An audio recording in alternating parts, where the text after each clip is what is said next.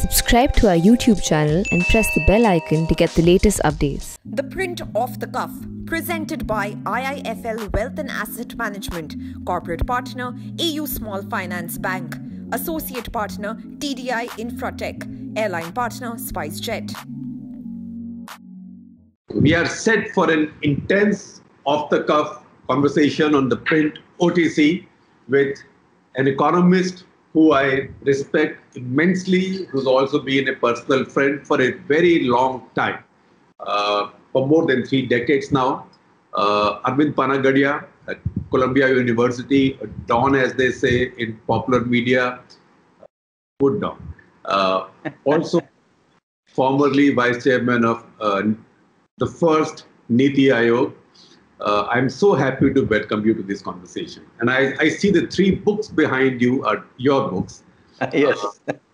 And the first one is India... The Emerging Giants. The Emerging Giant, then India Unlimited, and then Free Trade and Prosperity. Yes. So I think our conversation will also be pretty much... It's a wide range of subjects, but pretty much be somewhere there. So, Arvind, first of all, now you've been away for some time and you've been watching it from a distance, and all of us read and watch what you write and say. Do you agree with the belief that a lot of the reformist impulse, post-91 impulse, has been reversed lately, and that protectionism is coming back, import substitution is coming back? Because I know that you dedicated your life to free trade. So, first of all, Shekhar, really very, very pleased to be with you, even though we are as far apart as we really can be in terms of physical distance. But it's a great pleasure to be with you. So, to your question, I will put it a little differently. I don't think the reformist impulse has gone away. Actually, the reformist impulse as a whole has come back. The second UPA government actually was the 5-year period during which the reformist impulse had completely gone away. And in fact, we had reversed a number of things which we or brought in some of the kinds of things that Indira Gandhi had been doing, which need to be undone still. So I think initially there's no doubt, and we can go into the details, that a lot of the reforms that had been pending are now happening. That being said, very true on the trade side, which is sort of my specialization, we have gone back. Import substitution has returned, although in a very different form. So I sort of sometimes refer to it as the new import substitution. It's in a bit of a different form, but harmful nonetheless. So I think that's how I would describe. So which were the reforms you think that were reversed under UPA 2? Let's start sequentially. Okay. So I think reverse probably was the wrong word. What happened was that several of the things got done which need to be undone. The Land Acquisition Act is clearly one of the big ones, which there is no doubt that it was trying to solve a problem that existed, but in the way it did it, it has ended up creating a lot of inflexibility in the land markets now, which will need to be undone. That's one. Second, I think Right to Education Act, a lot of features that I would like to undo are there now in that legislation. Third, I would have also done the Food Security Act quite differently. At the time, I was arguing that we should, rather than do this massive kind of expansion of procurement of food and distribution of food by the government, we ought to go through cash transfers and let the private infrastructure on food distribution emerge and develop in much larger volume than it currently exists, because the government is present in the sector in such a big way. And that, of course, also has meant, the Food Corporation of India has become even a bigger behemoth today than it was at the time Food Security Act was put in place. So those are at least 2 or 3 of the major examples of things that I would not have done or would not have done it in the way that the UPA did. But one of the 3 NDA tried to rectify, that is land acquisition, but retreated very quickly and hasn't revisited it, but hasn't made it worse. The other two, NDA might have made them worse, that is right to education, further expanded now, and also right to food. Both have had a massive expansion. Yes. See, this is the problem with particularly in the social areas. Once you start on a particular road, it's extremely difficult politically to retreat. So I remember when I was at the Niti Aayog, I was very careful, at least from the Niti Aayog, not to let these genies kind of get out of the bottle. And one time, actually, one of my very senior people tried to do that, create, at least propose some sort of equivalent of Narega for the urban areas. And I really fought back very quickly. I got the Prime Minister's blessing and stopped it. Because the problem is that, this Food Security Act, Right to Education Act are already legislations. But even if you put it for discussion in the public domain, it becomes very difficult for the government to retreat. And you can see, you can see this is why, for example, the loan mafi that happens, once you promise, it becomes very, very difficult to retreat. Loan mafi, so I am sort of jumping several levels. Now, loan mafi is something that keeps coming up, and the popular counter to what you are saying would be, but hundreds and thousands of crores of loan mafi is given to industrialists. So why do you grudge a little bit of loan mafi to farmers? If you add up everything that all farmers are given mafi crore, all of that is less than the outstanding. So maybe a couple of well-known Indian business houses. Absolutely. I think you made a good argument why loan mafi is so difficult. And ideally, I would rather that let's turn these into cash transfers. In a way, you're giving loans where you know that the ability to repay anyway is so limited. And the reason I prefer that over giving out loans is because, those who choose to repay the loans regularly are the ones who get shortchanged then when the mafi happens. So I would rather that the people who follow good values, good ethics, are the ones who pay for it, or not pay for it, but they get shortchanged. So I would rather, in such circumstances, let's do cash transfers. And how do you justify, or what's your insight on this impression that rich people get thousands and lakhs of crores written off? You see, this is a very, very serious problem. And I've been writing about this. At least, finally, we do have the IBC, one of the big reforms that this government did, the Insolvency and Bankruptcy Act.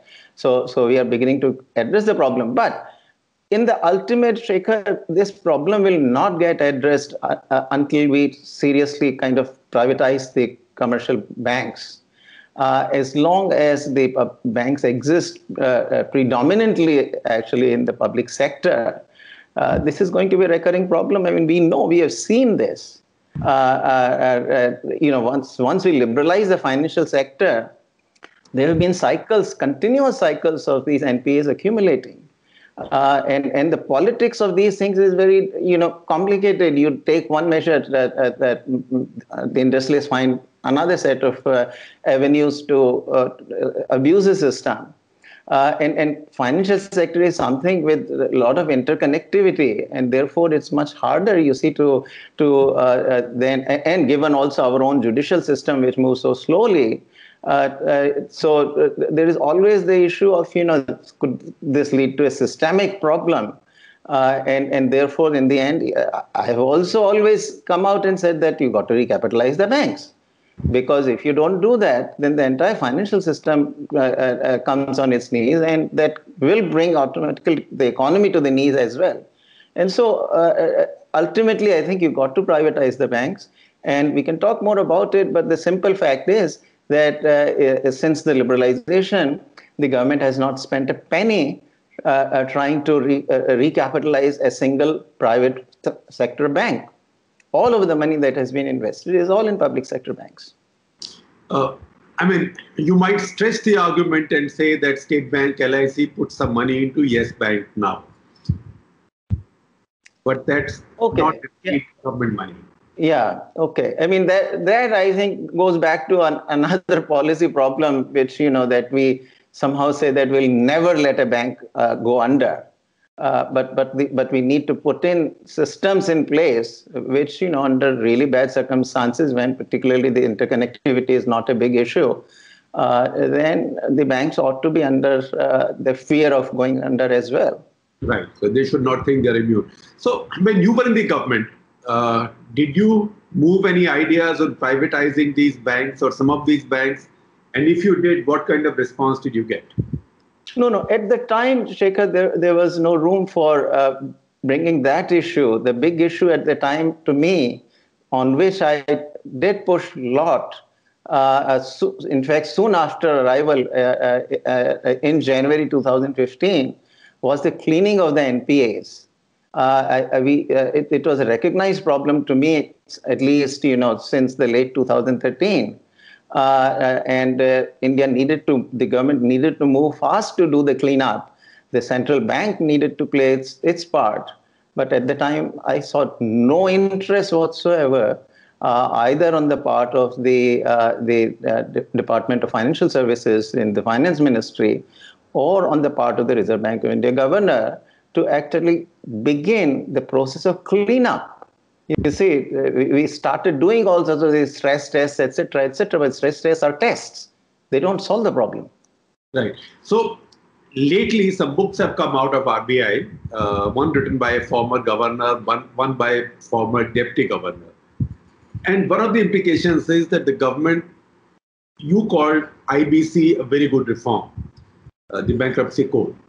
But then the implication of claims in these books is that government either slowed it down or reversed it. In fact, possibly the suggestion is that the RBI governor then, Urjit Patel, had to leave because a decision he took on bankruptcy or delinquencies was reversed or was resented by the government.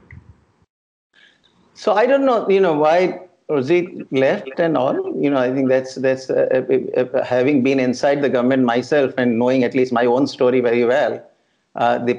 These things are never clear in the press at all, actually, because the press is hyperactive in India and believes in concocting all kinds of stories when a very simple explanation is available and is actually the correct explanation. Talking about what he's writing. I think there is no doubt that some of the things. I mean, we know that there was that February 2018 circular that was issued by the Reserve Bank of India under Urjit Patel, which in the end, actually, it was ruled unlawful by the Supreme Court, really. There was not even the government's action. But I take his point that, at the time, the government was trying to support the power sector, and the power sector was under huge stress at the time, and also the RBI and the government did not see eye to eye on that particular issue. And there was also a case in the judiciary at the time that was happening. But that is the nature of the reform, meaning that we are still much better off with IBC than without. And the political pressures exist always. This government cannot be an exception to that. And that sort of leads to this sort of situation of, you make 2 steps forward, then you go 1 step backward.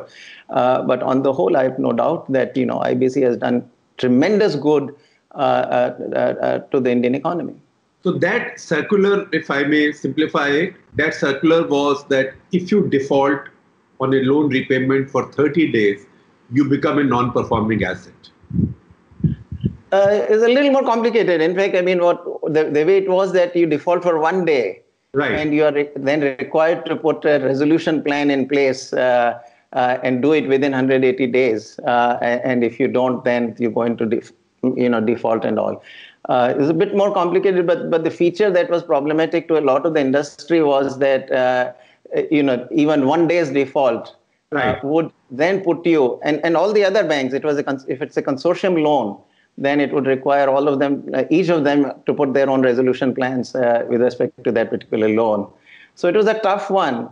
But the judgments may differ here. And in Urjit's judgment, it seems to me that just reading, it's not based on any conversations with him, but that you needed to be very tough because the borrowers were misbehaving in such a big way that something drastic was required. I think that was perhaps what they thought, and that certainly is a defensible position.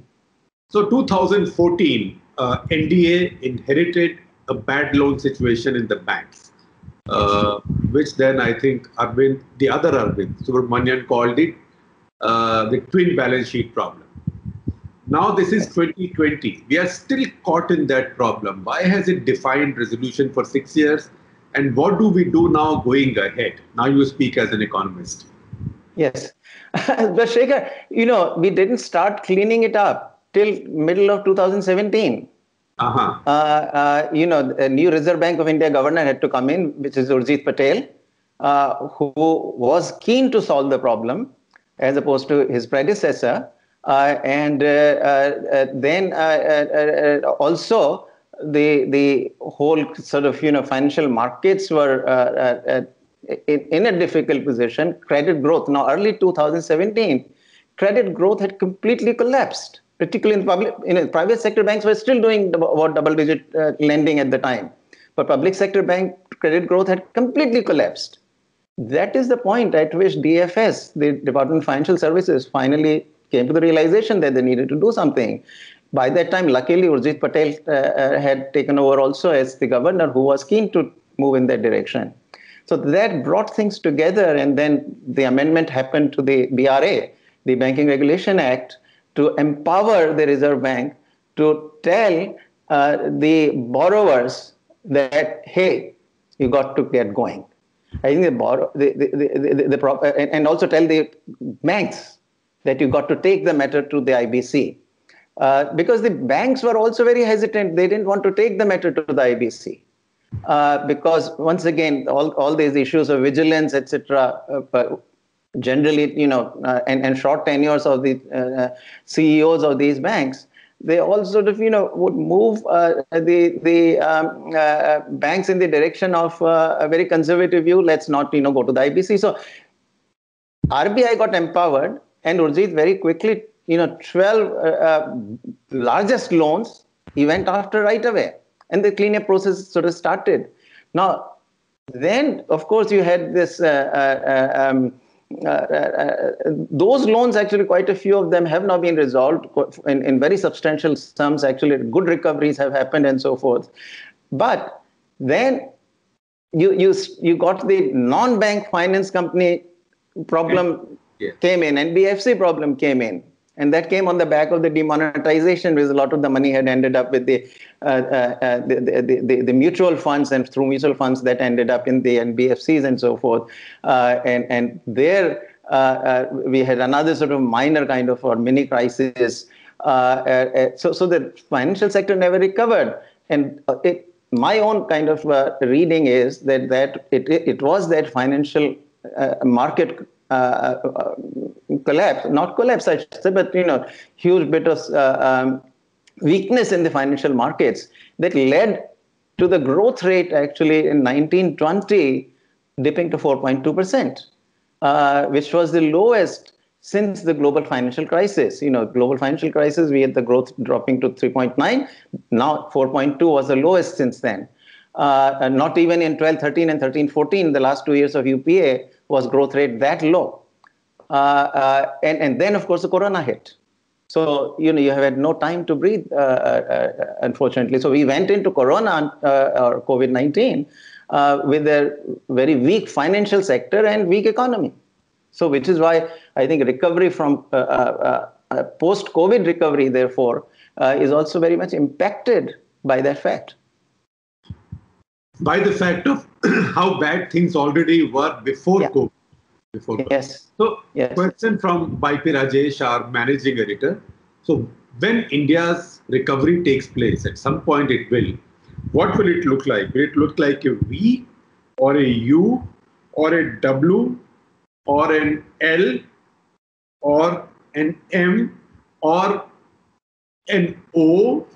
I'm adding to this question, or maybe endless dash dash dash dash dash dash, as we'd say in Morse code in the past. More likely, it's going to be the Nike squish. It'll sort of begin to go and like that. That's my best guess. But I think it's very much tied into the health recovery. Until that recovery happens, people are not at work. I mean, you're not at work. I'm not at work, and that's the story around the world. And you don't think that the economy will restart with a lot of people still working from home? Well, some restart has happened that way. I mean, if you look at the figures in June and July, they look better than what they were in March and April, worldwide again, but it is slow. A lot of people are still at home, and people are afraid to go out for good reasons, because infection levels are still extremely high. We are losing about 1,000 people a day in terms of lives lost. So it is a tough world, working from home is not an option for vast part of the Indian population. I think it's more of an option in the United States and Europe, perhaps, but in India, the vast number of workers actually have to be physically present to do what they do every day. And given the fact that tourism is not happening, the hospitality industry is in doldrums, you got transportation not moving, some of these, which is where a lot of people are actually employed. So government's reaction so far, as government's response, not reaction to the pandemic over these 6 months, what is your assessment of it? Have they done enough, or does more need to be done? Does more need to be done urgently? And if so, what should that be? Yeah. So my assessment of the government has been actually very positive. The government was correct, contrary to almost everybody else who was giving their commentaries at the time. The predominant view in the media was that we should follow the United States and Europe and go hang and tongue and hammer that we do 20% of the GDP in fiscal expansion, the stimulus. I think we were in a situation, if I can use a little bit of economist jargon, where the supply curve was vertical, meaning that the supply was pretty much fixed. Any demand stimulus you give will translate into maybe higher prices, but it's not going to give you response on supply side. So therefore, at that time, to go with this massive expansionary policy, I don't think would have paid off, and it didn't pay off in the United States and Europe either, where this was tried. Government was therefore right to basically go in and ensure that everybody gets their food, everybody gets their shelter.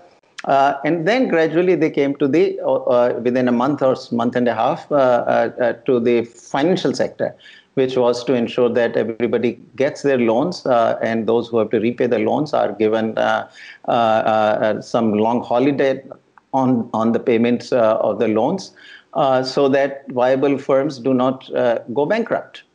And so I think that was the correct policy. But even with that, remember that, because economic activity is partially at a standstill, your tax revenues are not rising. So even with that kind of conservative package, today, just taking that into account, from 72% of debt to GDP ratio, we will end up at 85%, about 13% extra debt will be added.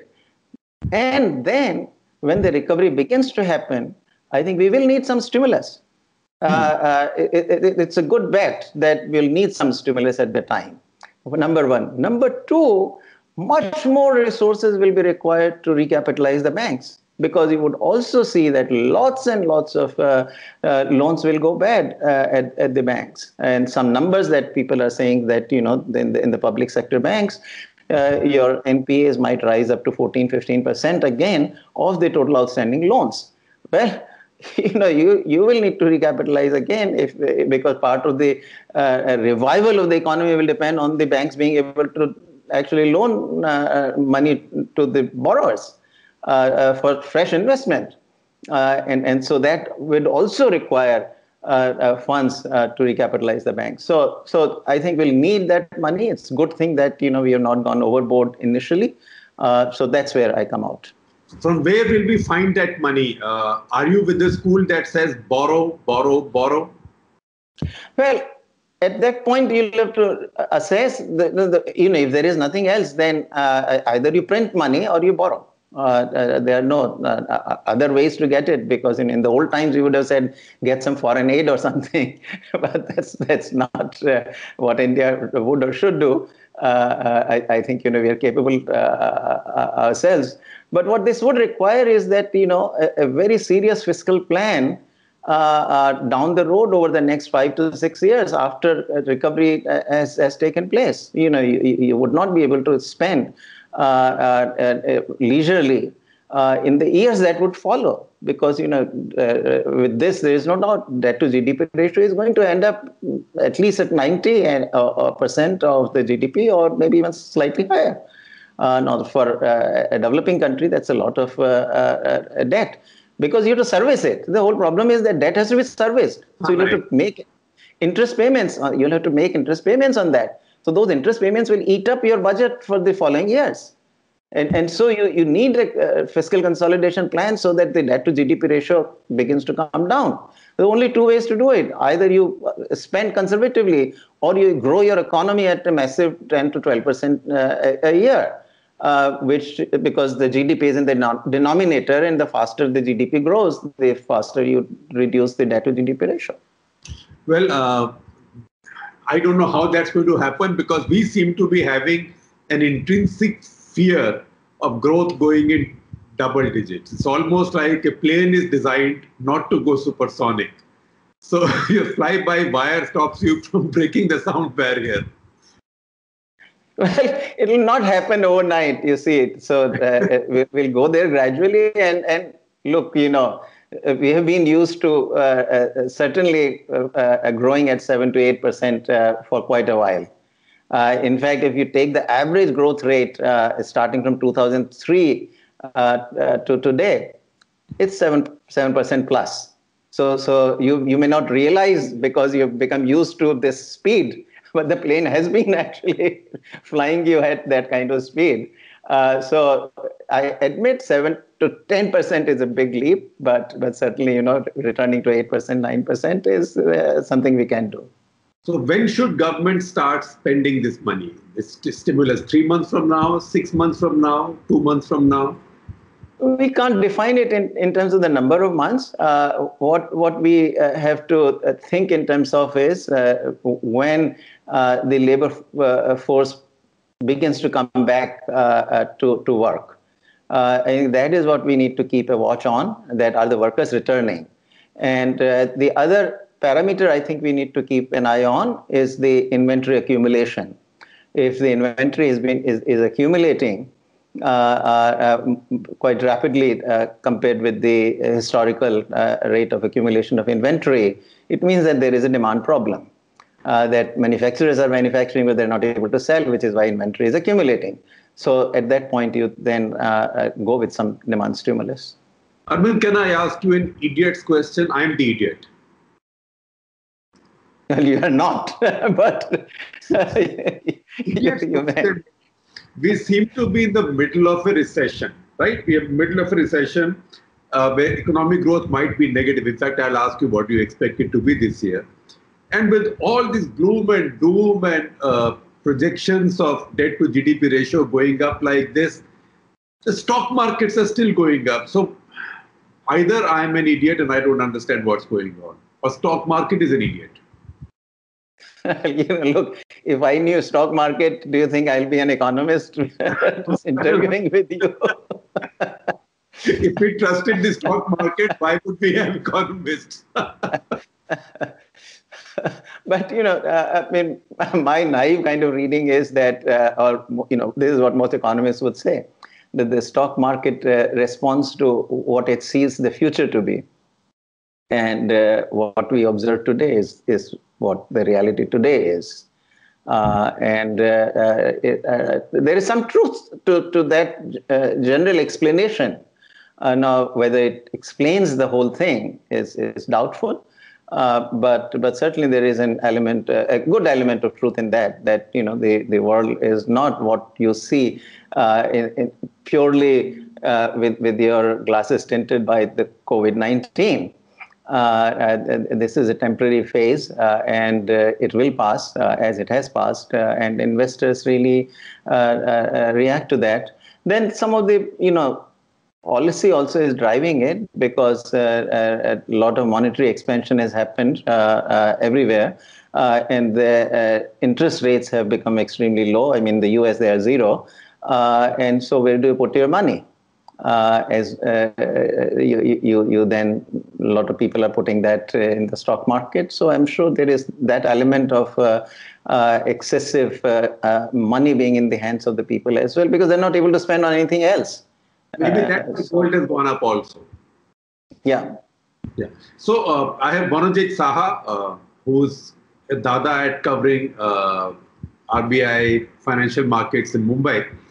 So he wants to know that RBI has cut rates by 115 basis points since February.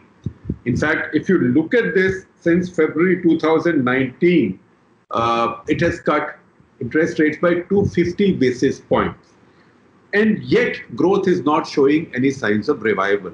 So what can the government, RBI, the powers that be now do to revive demand in India's economy? But you see, this is where we are going wrong. In the end, demand alone will not carry the day. People have to be able to come to work. And if your supply curve is near vertical, I think it's not vertical anymore, but maybe there's a little bit of slope.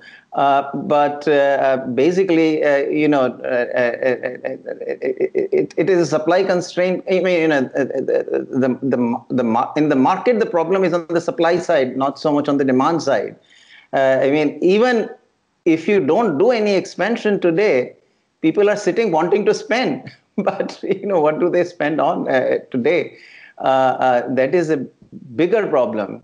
Now, remember that in rural areas, problem has been less so, and that shows up, and people are spending because to a large degree, the COVID-19 has impacted the cities disproportionately.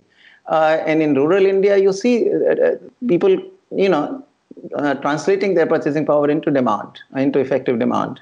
So I still see that, there's not too much that the government can do except really, go whole hog in controlling that virus. And people have to cooperate. You see, the other problem, of course, is that, we ourselves don't cooperate enough either. I see here when I occasionally go out for walks, even in the New York City, so many people walking around without any masks. And this is an incredible virus, before you know it hits you.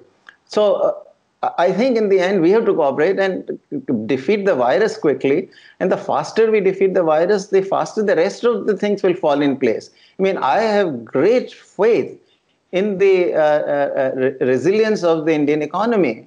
Once workers are free to come in and start working, you will see how rapidly growth returns. So, Arvind, your favorite subject, and in a way mine too, not that I am knowledgeable, but instinctively I think free markets are good and trade is good. And I see your book, Free Trade and Prosperity. India is going back from the idea of free trade quite substantively, not just substantially, but also substantively. And this seems to be also the ideological belief now to protect domestic industry, raise tariffs. China is a reason that gives it the impetus, but that's been the driving force. Where is it going to take us? Overall, if you want me to give you an overall assessment, India's long-term growth prospects, so I'll leave aside coronavirus phase out of it. If we take the next 2 decades post-corona, I think we can easily do for 2 decades 10% growth rate annually. But if we stay with the import substitution in the way we have been doing it, I think that we'll shave off at least 2 percentage points off of it. So that's a big damage we will do to ourselves. So 2 percentage point of GDP loss. Growth rate, it's a growth rate. Every year you are, It's a lot of money. 2% is more than our defense budget right now. It's a huge. I mean, when you are, you have to think of it this way, it's compounds.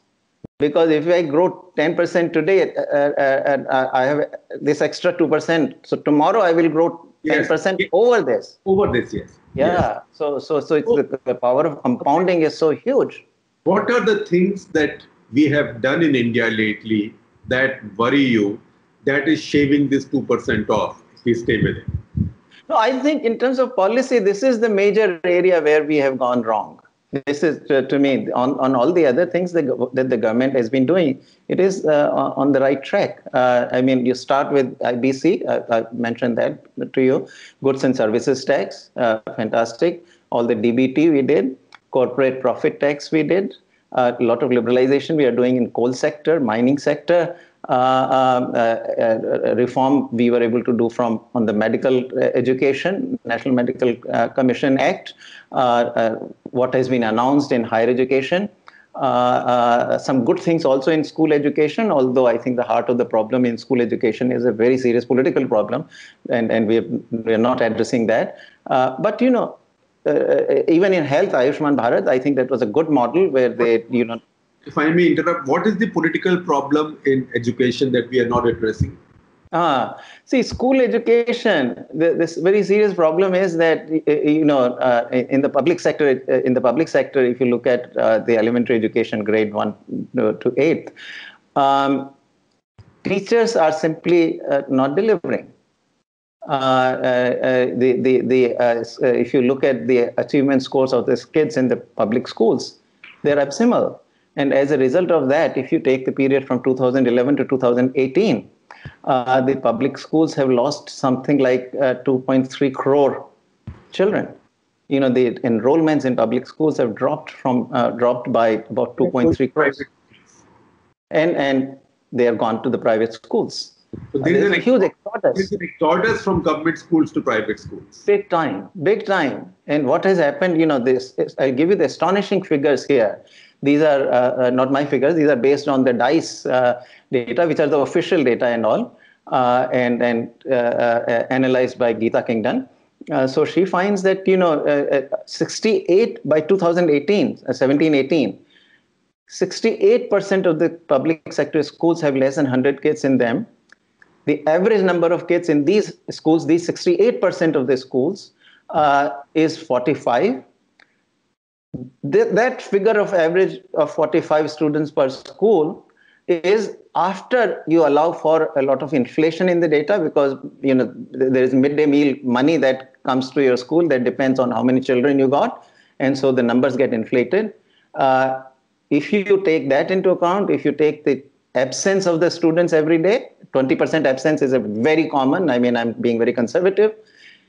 Classes in these schools are now down to about 5 to 7 children on any day. That's not even pedagogically viable class, let alone the cost of it. Now, Geeta Kingdon's estimate is that you are spending 40,000 rupees per pupil in these schools in teacher salary alone. Now, you tell me, how many parents in India are spending 40,000 rupees in a private school for the education of their children? And ROI on this, return on investment, is nothing. It's nothing. In fact, and yet, the thinking here is that, the schools are not performing well because there are not enough teachers, and the pupil to teacher ratio is too high. Now, it may be true in some particular state or something, but in most of the states, the pupil to teacher ratio in public schools is absolutely low. So if I take it one step further, the solution is to let more private sector schools grow and to go away with this old hypocrisy that you can't do education for profit. See, I have no problem. It's good actually if we allow. So I'm all for it if we allow for profit schools. But that is not the crucial issue in my mind. My crucial issue is that allow private sector, because a lot of non-profits do enter. I mean, tell me currently, and cynics will of course say that of course they are all making profits. That they are, but it's all so complicated that this. That's right. So simplify. But that's not. I think where I'm going with it is that a lot more of the taxpayers' money, if put into education, school education, it will translate into teacher salaries, where my rate of return is so low. And I would rather that this money, at least some fraction of it, give it to the kids of the poor parents. I mean, today, the government gives some 27,000 rupees to government employees for their children's education, which they can take to private schools. So what's in the poor parents committed, right? I mean, why not at least a fraction of this? Poor parents, give them, even if you give them 5,000 rupees, they can get pretty decent education actually. In this 5,000 rupees per year, not per month. With 5,000 rupees per year, actually, poor parents can get pretty decent education in a low-budget private school. And that is money better spent than hiring more teachers for government schools where students don't come to study and teachers don't go to teach. That's right. Yeah. Because, the enforcement of discipline on the teachers is impossible. It's almost an impossible problem politically.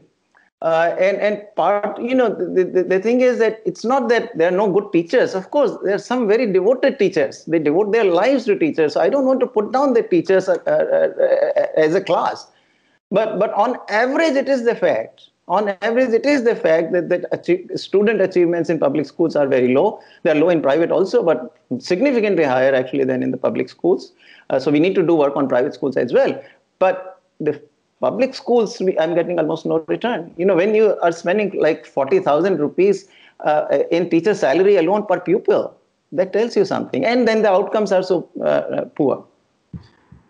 Arvind, I bring you now to Atmanirbhar Bharat. And Ramya Nair, who I think you might know, she covers business, finance, economy for us. What's your view? She's asking the question, what's your view on Atmanirbhar Bharat? Is this concept of Atmanirbhar Bharat the key to India recovering its growth and realizing its full potential? Or do you think this is also caught up in this protectionism now? Import substitution and protectionism. Yeah, see, the import substitution and protectionism had its origins elsewhere. Because even before Prime Minister talked about Atmanirbhar Bharat, we had started raising the tariffs. So raising of tariffs is at least 3 to 4 year old phenomenon. And so that I think has had different origins. They're coming and even independently of Atmanirbhar Bharat talk, we have talk of import substitution. It's come from the RSS.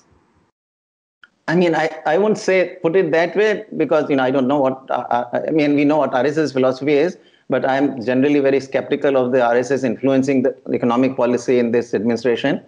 A lot of the things, I'll tell you, even on genetically modified seeds from Niti Aayog, we pushed that hard. And I got no pushback from the government on that one at all. But RSS, we know that they were very committed to be against. RSS is still winning that battle on genetically modified seeds. I'm not sure that it's RSS winning the battle, or it is within the government the thinking is not aligned. Look, in the entire 3 years, nobody asked me in the government to meet even a single RSS functionary. Anybody who wanted to come and meet me, BMS General Secretary 2 or 3 times came and met me. It was fine. We had great conversations and so forth. So, I remain, what happens, Shekhar, I'll tell you. Often what happens is that certain things that the government does, which are in line with the philosophy of the RSS, and your press media sort of blows that up that there is a surrender to the RSS. No, but we also see... And then particularly Swadeshi Jagran Manch and BMS and all. And they love it. So they say, yeah, humne karwaya we did it. They also keep claiming it, and they also... Yeah. But we look at it from outside. So take you back to the idea, to your argument, with which I agree, that if you go the import substitution way, it shaves the equivalent of 2 percentage points of GDP from your GDP growth year on year. Yes. Now, how does import substitution harm your growth? Okay, that's a very good question, really, So let me take the extreme first, which is where we were in the first 40 years of our development process. 1950 to almost till 1990, right? I mean, at that time we said, we were near autarky, as trade economists call a state of no trade. That's an exaggeration, but at its worst, the imports as a proportion of GDP had fallen to 4%. Now compare that to the peak we reached after our liberalization. At peak, we had reached imports imports being 30% of our GDP from 4%. Right. So now I'll tell you, think of what, you lived through that era. What was the quality of the products? If even our fountain pens would leak out. So we'll joke that this is fountain, not pen. Right.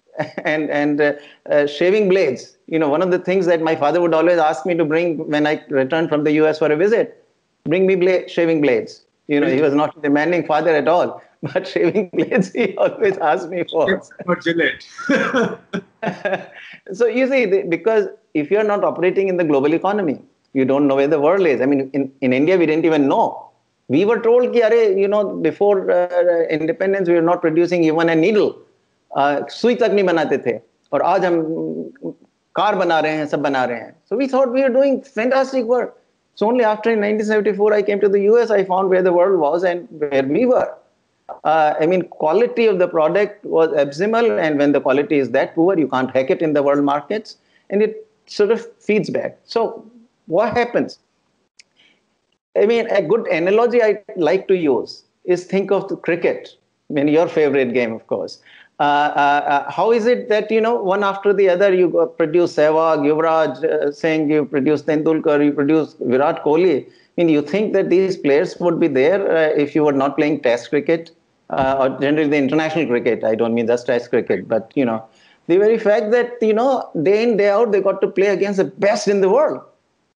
They have to hone their skills. They have to work much harder. They learn from what others are doing while others learn from them. And that's what really brings out the best in you. So if you are operating in the global economy, that's what brings out the best in you. But when you do it through protection, you say, okay, I'll keep these fellows out. I'll not let them compete against you guys. You just have this market for yourself. What happens? It's the fly-by-night guys who come in, who make a quick profit. Okay, the market is mine here. There is nobody else. Even if I'm inefficient, those fellows have a disadvantage of 20% because of tariffs or 40% because of tariffs. And so therefore, I can make a profit. So these guys who come into the market never have the world market in their minds. They are not shooting for that. They figure, ye market hai, it's here. So you look at electronics that we have done in the last 5-6 years. We have done protection. Sure enough, producers have come in. New producers, local producers have come in. You name me one who you think will become a powerhouse of exports. No. None. Anybody who will ever export are the multinationals who are coming in. But our local guys, I don't see one who will become a power. Some exports may happen by our local guys also, but nothing like they'll turn into powerhouses of exports. But in the end, what you need is scale. How did China succeed so much? It's because it went on scale, and because it went for the global markets. It's when you operate in the global economy, look at your apparel. And then this ties into our employment problem as well, which I call underemployment problem, not an outright open employment problem. Our problem is underemployment. The productivity is so low in the employment, virtually, because poverty being as much as it is, everybody has to do something. So they are, so even when you take 6% unemployment rate, of which we made so much when that report came out, the PLFS report, but 6%, is not a huge unemployment if you compare to any other country. It is underemployment. Output per worker is so low. But Chinese, because they went for the world markets, you went for the scale. Apparel. At peak, they were exporting $185 billion worth of apparel. We have not done even 20 billion yet. I mean, you look at the graphs of starting from 1990 to today. I mean, Chinese graph, it explodes. And Indian sort of, on the scale on which you have to draw it, looks like it's hardly moving. Right. But this is where good jobs are for a lot of the workers whose skill level is in India going to be relatively low. I mean, we think that, we are the powerhouse for IT, etc. But how many people will IT employ? How many people will financial sector employ? How many people will pharmaceuticals employ? These are all either capital intensive or machinery sector. They're either capital intensive or skilled labor intensive. But that's not our bulk of our $500 million strong workforce. I mean, these are mostly people with very limited skills. So you can employ them in apparel, footwear, furniture, light manufacturers. All those can employ these people. But unless you go for the global market, your domestic market may be total aggregate, maybe to close to 3 trillion today, but it's not a big market, for any given sector. Right. For any given sector, you got to go to the global marketplace. And it's impractical, it's implausible that you control imports and your exports will boom. Opposite. Exactly the opposite. Because you look at the Shekhar, this is one thing, I'll send you maybe a graph, but any country, draw the graph of how imports are coming along, and along on the same graph, draw how its exports are coming along. They move always together. They always move together. And the simplest way to think of it is that the central bank sits there, sets the exchange rate in such a way that your current account deficit remains 1 to 2% of the GDP. Well, if you cut imports, exports will be cut. Because the current account deficit is the difference between the imports of goods and services and exports of goods and services. If it's going to be held between 1 to 2%, you reduce imports, your exports will come down. Because the exchange rate will adjust in that way. Ultimately, remember, when you say that, well, I'm going to protect, let's say, my domestic electronics industry, it is going to need capital. It's going to draw capital. Where is this capital going to come from? Somebody else will have to give that capital, meaning that somebody else will get to invest less. Your resources are limited in any given year. So if you encourage electronics, you will discourage something else.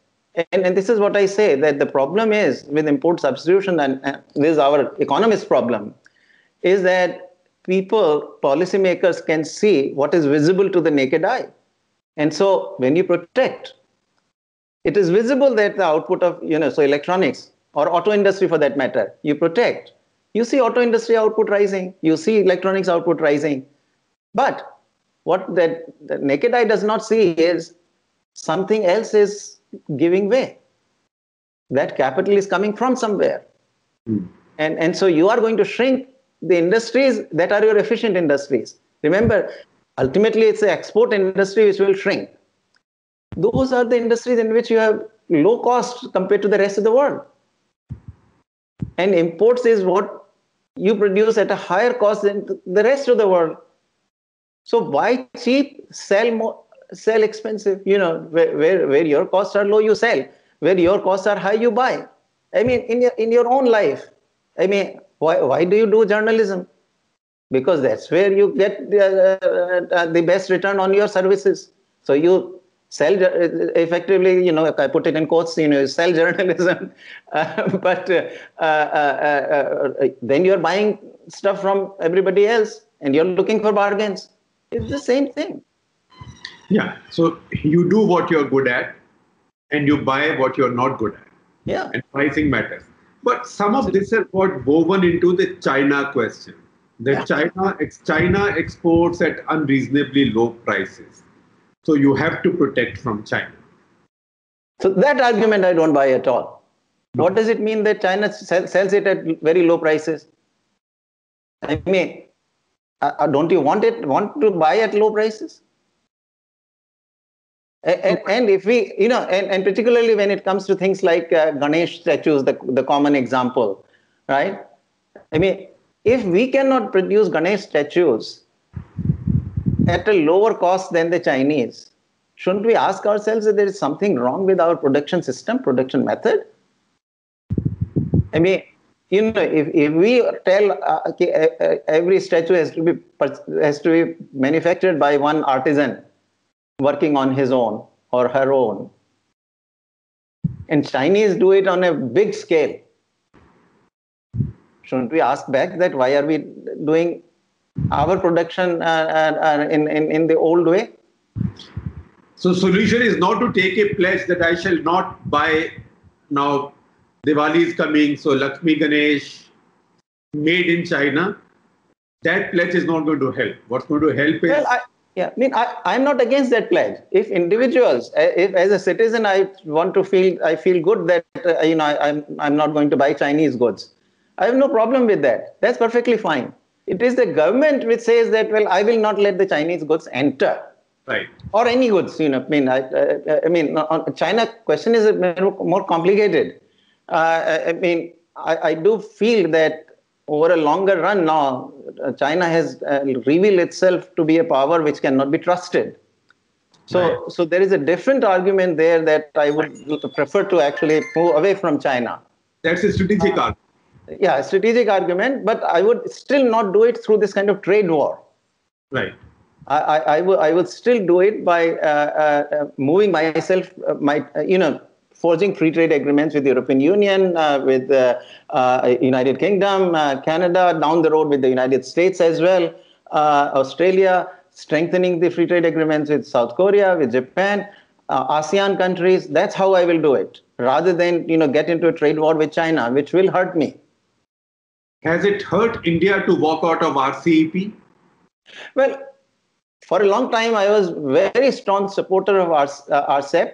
But I think government, retrospectively, the government has proven right, in my opinion, that it moved away. Because not that, the gains that I saw then are still there. But what I did not see was that, in China, at the end of the day, Communist Party and the People's Liberation Army, they call the shots.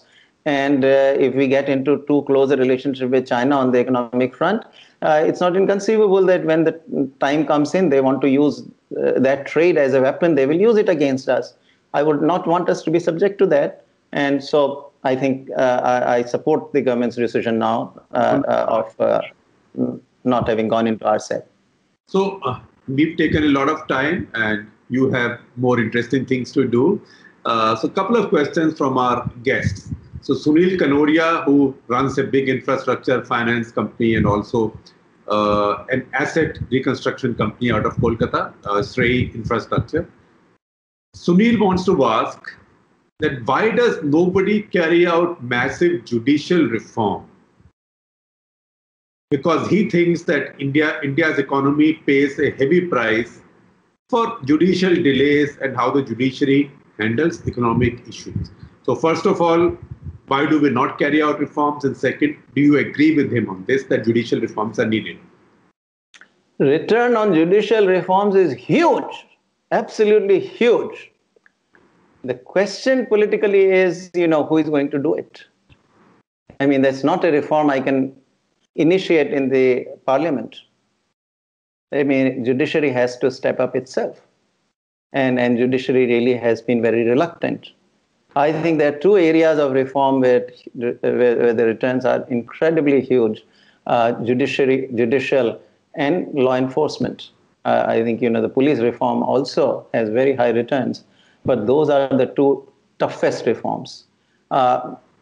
Sort of, I'm a little pessimistic that will happen overnight. Maybe some on the margins we can do some things, but if we really economically grow up a bit, pick up pace to 8 to 10%, do that for a decade and a half, I think that will bring up enough pressure on the judiciary and law enforcement to begin to reform also. But unfortunately, I think, that is my sort of pessimistic assessment that because, no judges are taking any initiatives on their own to bring out reforms. And some very simple things we ought to do. Why does every case have to be brought to the Supreme Court ultimately?